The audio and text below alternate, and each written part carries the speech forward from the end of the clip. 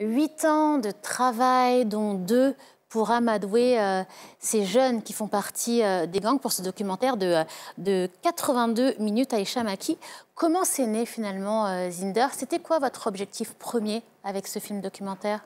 Zinder, c'était un journal en fait qui m'avait motivé à aller faire ces films.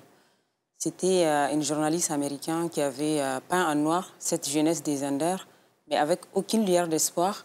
Et pour moi qui ai grandi dans ces havres de paix, ça m'avait amené à réfléchir à qu'est-ce qui était en train d'arriver à ma ville natale.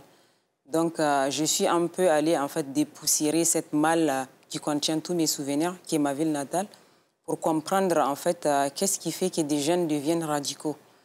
Donc c'est ça qui m'a amené à aller, c'est pour non seulement rendre visible ce qui se passe dans ces quartiers, mais aussi rappeler en fait aux autorités leur devoir de s'occuper de cette jeunesse-là qui est délaissée, qu'on considère comme étant un monstre qu'on a enchaîné quelque part loin de nos vies, mais dont les cliquetis nous alertent que les chaînes sont en train de devenir désuètes et qu'à un moment ou à un autre, ça va se déchaîner. En tout cas, oui, c'est une thématique, vous le disiez, d'actualité, notamment dans le Sahel.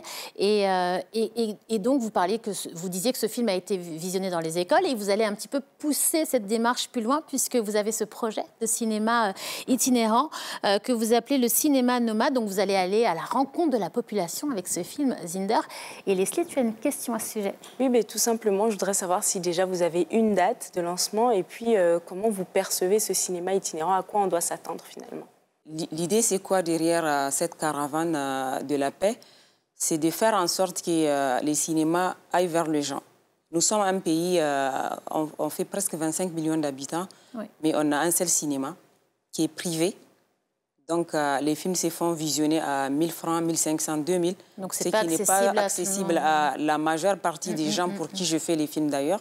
Et du coup, moi, j'ai décidé d'amener les cinémas vers les gens. Oui. Et la plus grosse partie de cette campagne, en fait, ça va se faire dans les bus. Oui. Parce que chaque matin... Dans les bus, les transports en commun? Les transports en commun, tout à fait. Et donc, dans le bus, pour moi, je pense que c'est démocratique.